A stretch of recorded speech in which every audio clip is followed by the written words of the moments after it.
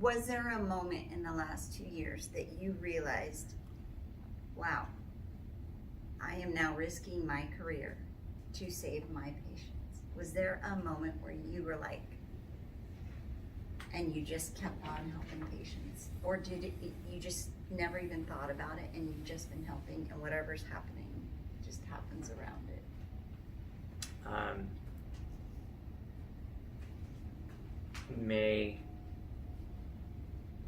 The second week in May of 2020, that I thought, if I do this, I will likely bring some wrath of the state on me. So early on, 2 years ago almost, you could see the writing on the wall, and to help the patients, you had to fight back against the hospital protocols and the doctors and the quote regimen that was going on. You had to, almost 2 years ago, you knew it was either save the patients or save my license, basically. Yeah. I mean, there's no, like, if there's a middle ground, it'd be like picking and choosing, right? Then you'd have to like who's important enough, like, do I know them well enough to risk something, right? And it's like, well, then it's like, well, it's my friend's friend. And it's like, no, okay, well, that fits, you know. It's like you have some Venn diagram of the importance of people, that it's like if they fit in close enough into that circle that they're worthy of the time, effort, and risk. And you know,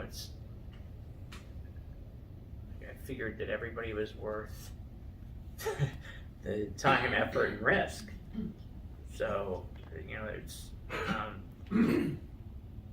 that night I don't.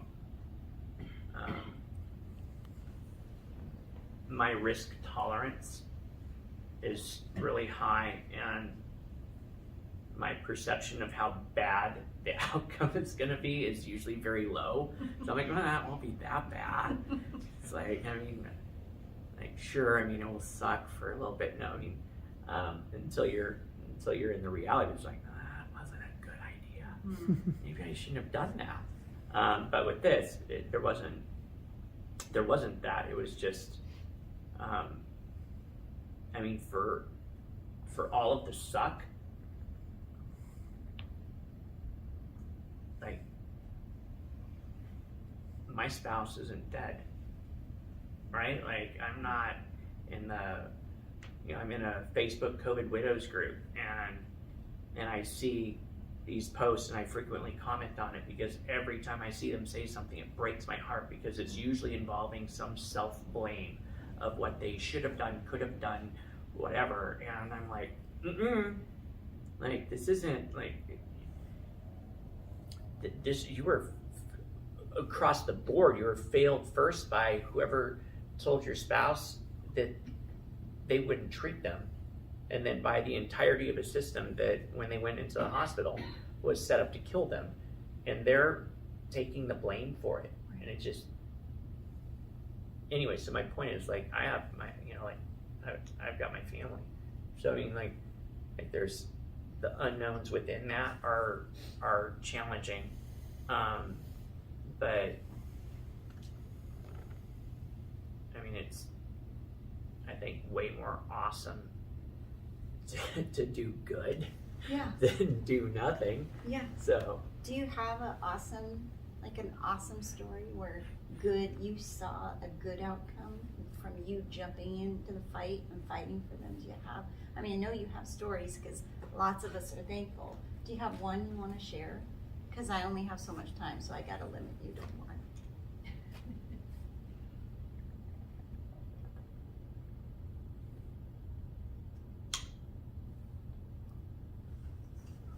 I was driving home Friday, and it was about 9:45, and I was still going through because I had, done peds all day, and I'm trying to go through the phone list, and I called this gal, and she'd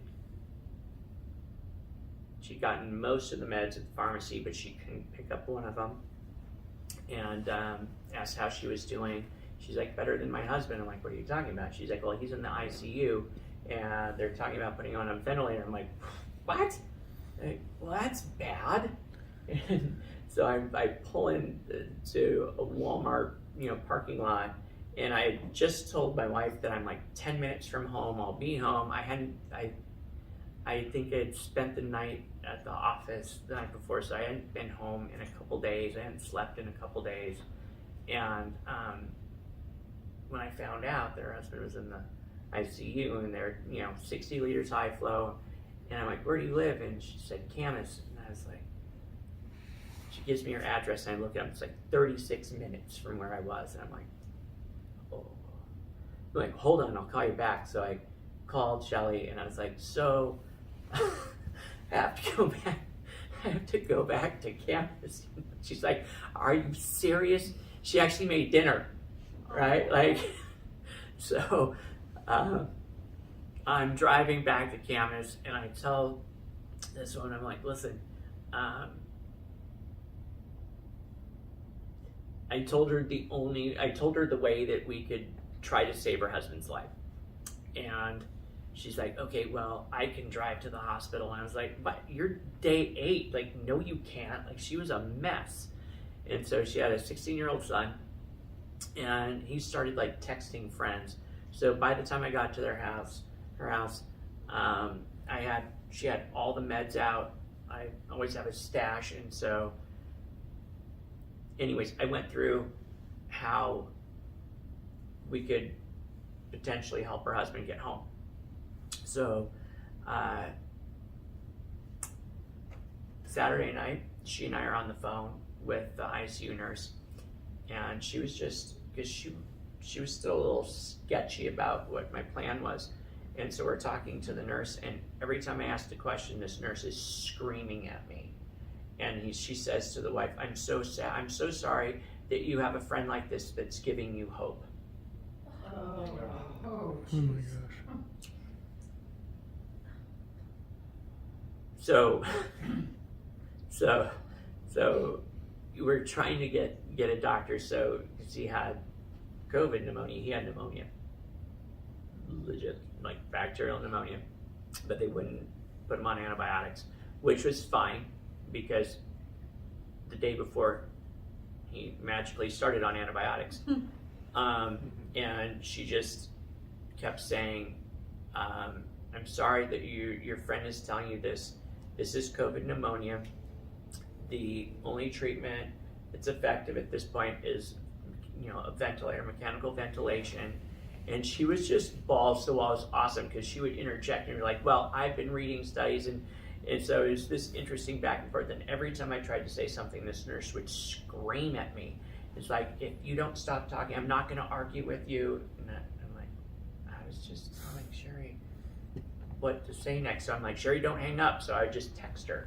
Every now and then I would actually say something, because I love the shrill of her voice screaming at me. It's just reminding me of like screaming babies in the clinic. It's like my background music. So I just like to agitate her a little bit, just to Poke in the bear. Yeah, it was interesting. Anyway, so that was Saturday. So Tuesday morning, he left the hospital on 94% room air. And they don't know why, but I was just like, It was a miracle. it was a miracle. I mean, it is. Yes. It truly is. But like, he was nowhere near the most complex, but like the aspect of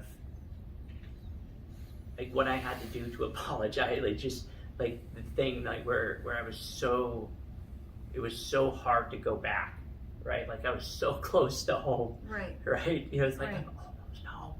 And then like having to go back and then trying to figure out, because my kids were waiting up for me. Yep. And they hadn't seen me. Yep. And where it goes back to, it's like, is it worth it? Yep. you know, like what are you, almost like, who are you willing to hurt? But in theory be there so that, you know, because it's like I can make that time up. So, you know, like it's like I can give them like the best, you know, like 5% of the time that I have, I could just like devote that to them where they'll have memories. Whereas if I wouldn't have done that, that family wouldn't be alive. So it was like pick, anyways, just, it was just it's been an interesting thing where you have to just pick what's right, I guess, or what I think is right, but I make a lot of bad decisions. So what you're stuck in a war that a lot of people don't even realize is a war, right? He's in a war. He's on the front battle. And he's got to juggle this real life with my kids and my family, and I need sleep and I need to eat, and yet there's so many people that need help. And you have given so much in the last couple of years, and your family. And so we're here to find out how we can support you. What can we do? Because you got a lot on your plate. So how can we come around and support you?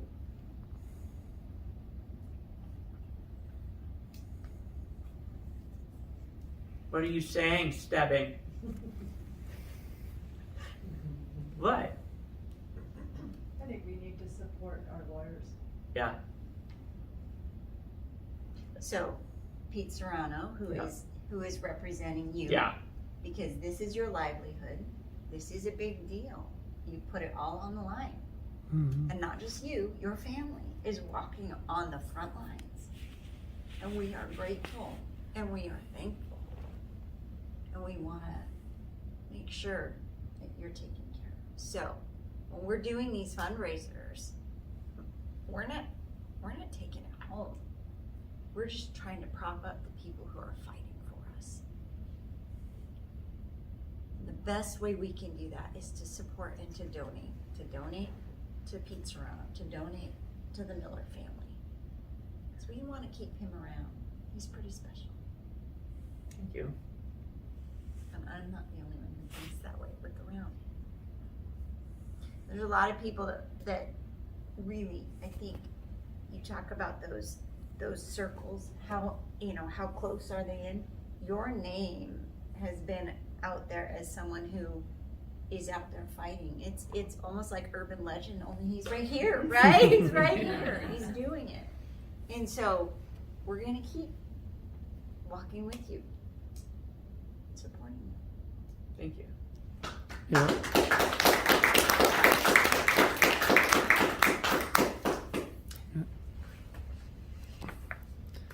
And Yep. You guys want to hear something? Like what it's like to talk to a doctor? Should I play one? yeah,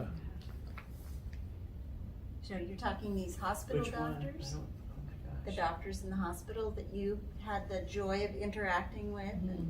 Mm-hmm. Yay, the inside scoop. I've never done this. I don't. So, I spoke with. So I was in a car with the brother, the sister-in-law, the mom, and then the wife was on the phone at home sick with COVID, and her husband. We found out that day. We were all at an event. I spoke with you that night, and they're trying to put him on a ventilator. And we got the nurse to get a hold of the on-call doctor, who actually completely changed his protocol. And the next day, he was somehow doing better. And so the doctor called, and which again never happens. Like an intensivist pulmonologist never just like calls, and so. Who are you? I'll never forget that.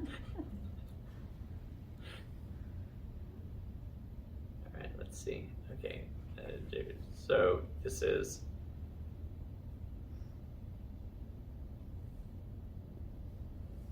All right, so let me. Hey, I brought this. This was for Pete, but.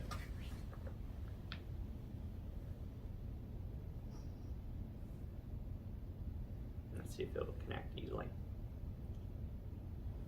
Galaxy, no need.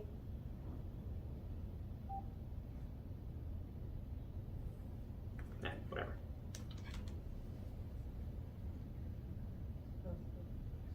Is it working? Dad, Mobile device not found. Ready to pair. if you can't get that to work, you could just turn. I got it. Oh, Connected to Wisconsin. Okay.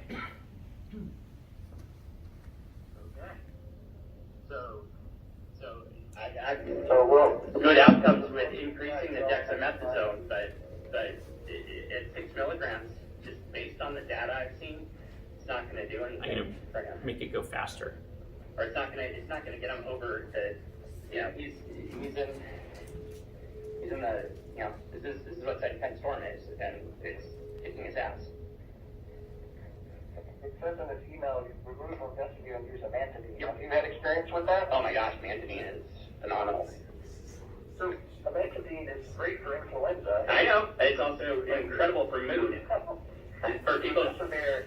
I mean, the data isn't awesome on remdesivir, but it's fine the best antiviral we got to this. Why? you're like, Well, that's what the data supports. But- what does the data say? Well, I don't know exactly what the data's saying, but I know that it's become the standard. You're absolutely right. It's become the standard. But I mean, for all intents and purposes, it'd be like saying, "Hey, you've had influenza. It's day 10. Let's put you on Tamiflu." People be like, "What?" Like the actual. I need that crunching, so I would pace around our property. So on almost all of these, it's just me walking back and forth because it's the only way that I could keep my mind from exploding.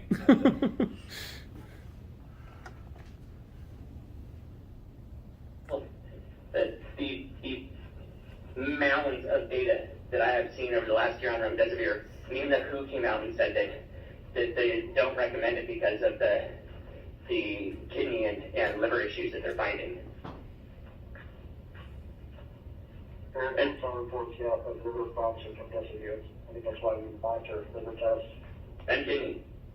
Like that's the kidney issues, but even the tocilizumab, right? It's like that's something that, and I could be wrong, but monoclonal antibodies are needed early.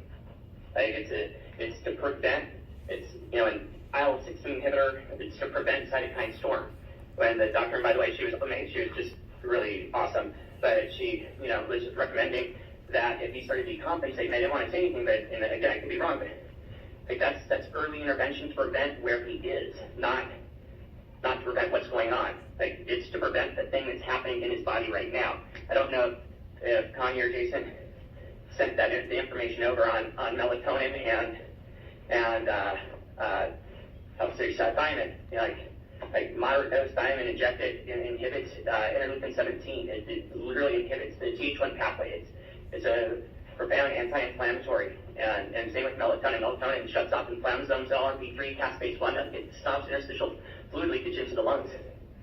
It's probably one of the We know all that, but when they do studies on like sepsis, right? It's a dysregulation of inflammation, right? And the studies, they use these anti-inflammatory markers, and they don't show a benefit.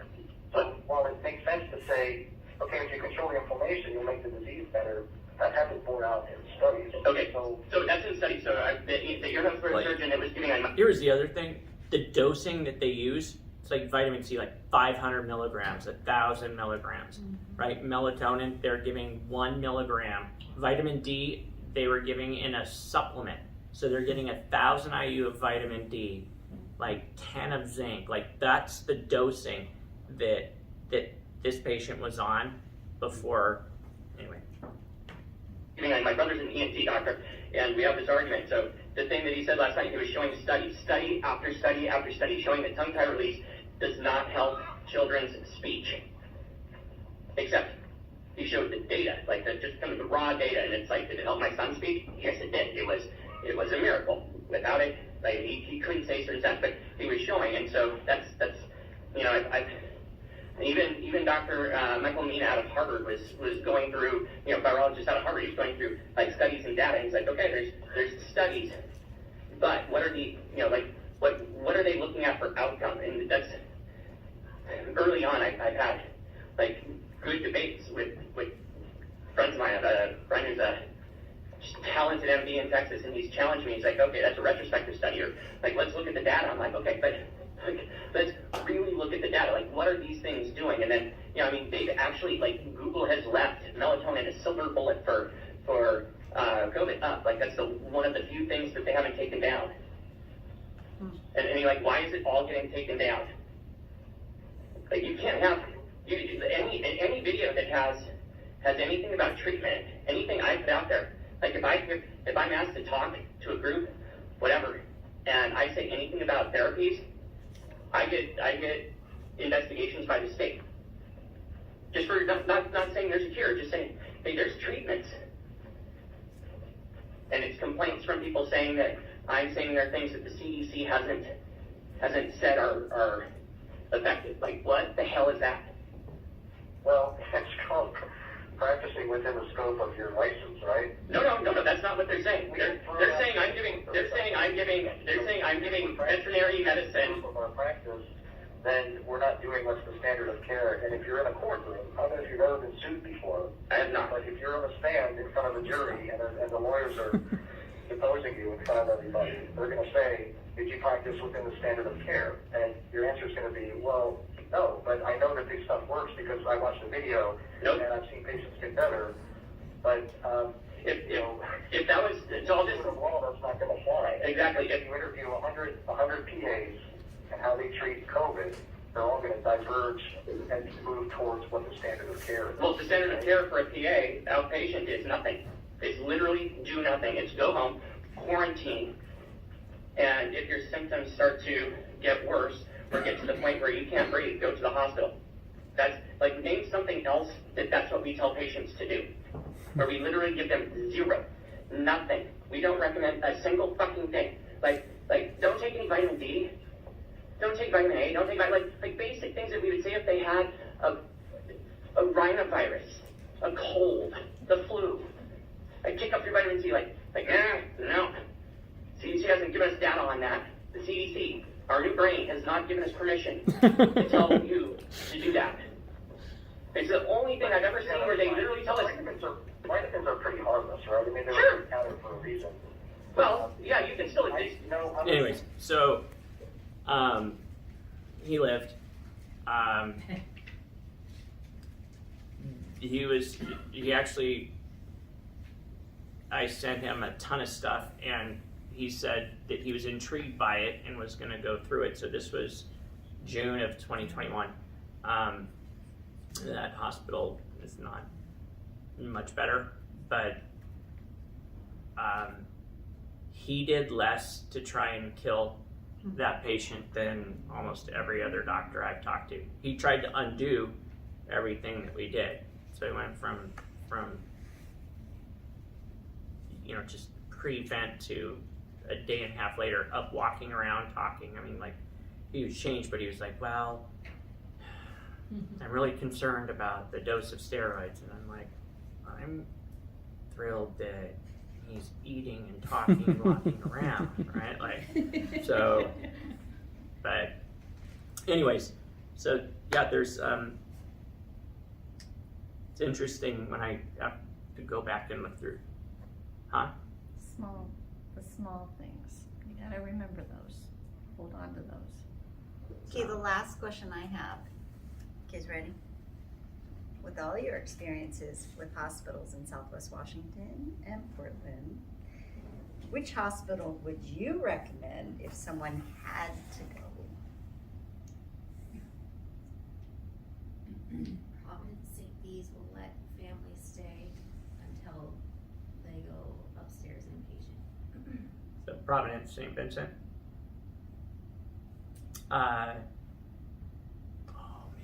Good Sam in Portland. But they were, I had a couple situations where they weren't horrible. I mean, they're pretty shitty, but but they let a family member in. So, yeah. And is there one that you would say don't ever like run? Like, Legacy Salmon Creek, I think is like from mid 2021 on the closest thing to pure unadulterated evil, just shocking, sinful.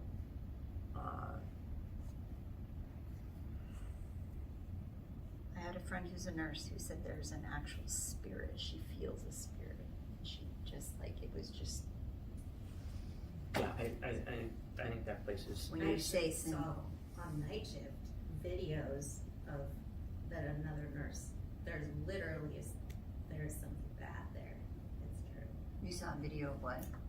Of actually a door handle as if someone's trying to open it, except the door was glass and you could see that there was no one on the other side. Mhm. And they have stories that it was built on an Indian burial ground. But I mean, the conversations that I would have there, the way that the people were treated, Yeah. the way that the families were treated, the way that they were, like, I don't care if somebody speaks to me like that. That doesn't matter. I mean, sometimes it's almost comical. It's like, that's how we're gonna do this. Okay, I can adapt. But it was, I would hang up and I would talk to Shelly and I was like, I don't understand, or I'd have it on speaker. I'm like, I need you to hear this, and she'd just be like, what is going on? And I'm like, I don't know. So anyways, I'm done. So stay away from that. All Like right. their surgical teams might be good. Right. I'm just in general, I was very disheartened. Okay, last question I always ask people. If there was anything you wanted to let us know that we haven't asked you, what would it be?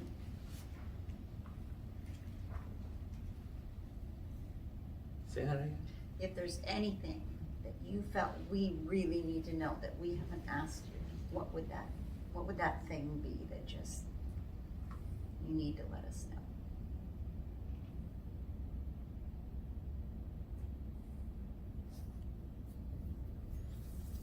I mean, I think I've shared before where, like we got ourselves into this, right? I mean, it was just, and again, it's like me not complying is just like my genetic predisposition to not comply is stupid, right? Like I went to private Christian boarding schools and it was like there were certain rules. I'm like, I will never do that. That doesn't make any sense, right? Like it doesn't like bring me closer to Jesus, me doing those things. And I'm not breaking rules. Like I'm not sneaking into the dorm, girls' dorm or going off campus or drinking or anything. It's like lights off at 10:30. And it's like my bio was like, like that's gay. Like I'm not doing that. But I would say just when you know truth, live it.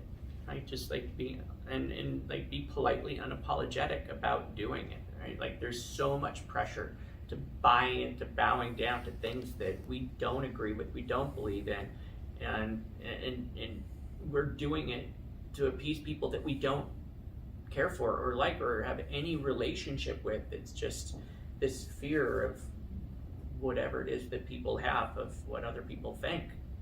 If it's not your own family or your close-knit family, then they're not worth valuing their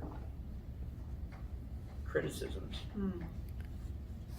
So live the truth that you know is real. Don't just obey a mandate because a mandate's been put on. I'd just like to say one thing.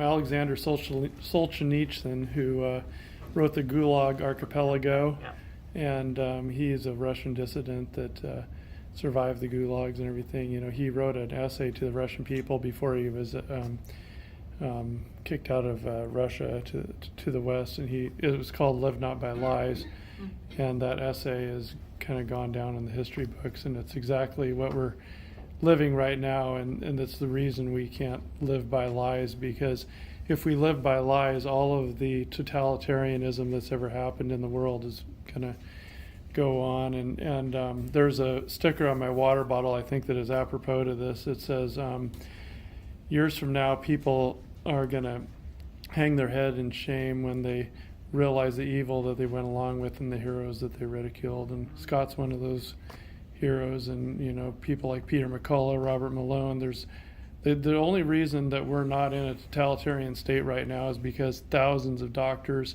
scientists, lawyers, common people have stood up to this. Truckers in Canada, and stuff like that. I mean, it's really hard to get the silent majority off their ass. Like when I went in the gym, I was 2 weeks before the mask mandate was lifted, they stopped enforcing it, and 10% of people were not wearing masks. 80% were like wearing them sloppily.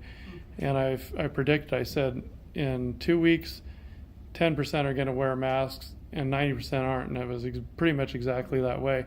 So what is wrong with these 80%? That's we need them to get off their butts and actually take a stand. And the thing is that the left has gone so nuts, with going after our kids and things like that. I don't know how many things they have to set on fire at one time to get everybody's attention, but they're doing us a favor in some ways, because I've never seen such a catastrophic, spectacular screw up. I mean, it's like the acronym FUBAR, magnified, like many times, is what they're doing.